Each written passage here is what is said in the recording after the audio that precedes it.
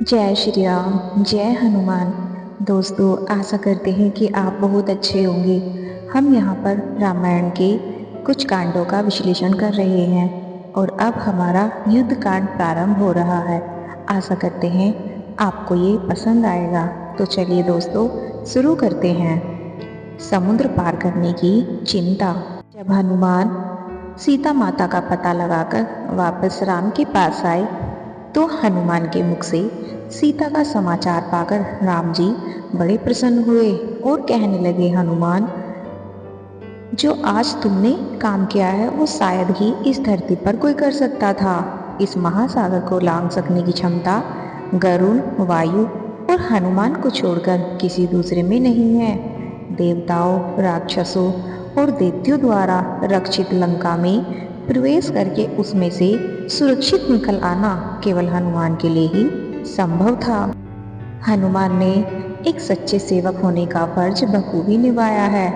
अपने स्वामी द्वारा दिए गए कार्य को जो सेवक उत्साह और लगन के साथ पूरा करता है वह श्रेष्ठ होता है, और जो सेवक कार्य तो पूरा कर दे किंतु बिना किसी उत्साह के पूरा करे वह मध्यम होता है, और आज्ञा पाकर भी कार्य न करने वाला सेवक अधम कहलाता है। हनुमान ने अपने स्वामी सुग्रीव द्वारा दिया गया कार्य बड़ी निष्ठा और लगन के साथ किया है। आज मेरे पास हनुमान को पुरस्कार देने योग्य कोई वस्तु भी नहीं है। मैं इस समय इस महान हनुमान को केवल अपना प्रेम ही दे सकता हूँ। ऐसा कहते कहते राम के अंग प्रेम से पुलकित हो उठे और उन्होंने अपनी आज्ञा के पालन में सफलता पाकर लौटे हुए पवित्र आत्मा हनुमान को अपने हृदय से लगा लिया। थोड़ी देर बाद राम जी सुग्रीव से बोले, हे वानर राज, जानकी की खोज का कार्य तो संपन्न हो गया है, किंतु विशाल समुद्र के बारे में सोचकर मेरा उत्साह फिर से नष्ट हो रहा है। महान जल से परिपूर्ण उस समुद्र को पार करना बड़ा ही कठिन कार्य है। यह कैसे हो पाएगा? राम को इस तरह चिंतित देखकर सुग्रीव बोले, हे वीर, आप साधारण मनुष्य की भांति क्यों चिंतित हो रहे हैं? जब सीता जी का पता चल गया है तो समुद्र भी पार हो जाएगा। मेरी वानर सेना की वीरता और पराक्रम के सामने यह समुद्र बाधा बनकर खड़ा नहीं हो सकता। हम समुद्र पर पुल बनाकर उसे पार करेंगे। मेहनत और लगन से कौन सा कार्य सिद्ध नहीं हो सकता भला?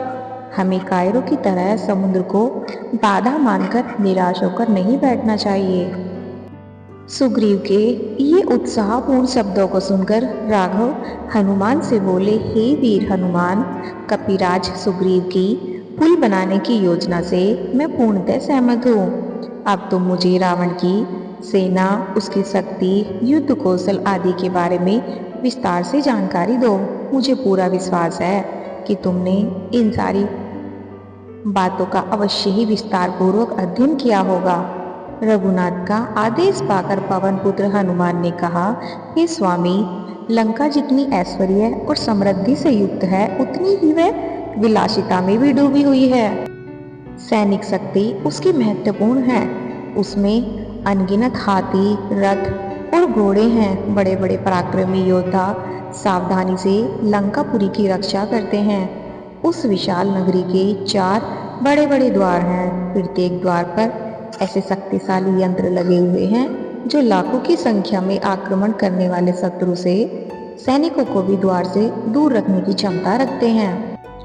इसके अलावा प्रत्येक द्वार पर बड़ी बड़ी तोप रखी हुई हैं जो विशाल गोले छोड़कर अपनी अग्नि से समुद्र जैसे विशाल सेना को नष्ट करने की सामर्थ्य रखती हैं।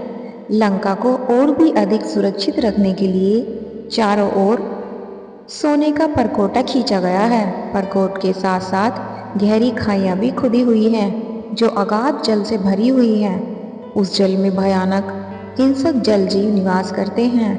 लंका के पूर्वी द्वार पर 10 सहस्त्र पराक्रमी योद्धा सूल और खड़ग लेकर सतर्कता पूर्वक पहरा देते हैं।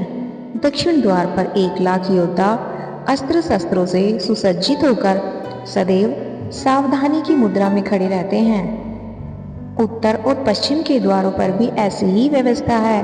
इतना सब कुछ होते हुए भी आपकी कृपा से मैंने उनकी शक्ति काफ़ी क्षीण कर दी है, क्योंकि जब रावण ने मेरी पूंछ में कपड़ा लपेटकर आग लगवा दी थी, तो मैंने उसी जलती हुई पूंछ से लंका के दुर्गों को नष्ट कर दिया था और उन्हें काफ़ी क्षति पहुंचाई थी। उनके यंत्रों की भी दुर्दशा कर दी और कई बड़े बड़े सेनापतियों को यमलोक भी भेज दिया था। अब तो केवल सागर पर सेतु बांधने की देर है, फिर राक्षसों का विनाश होते देर न लगेगी।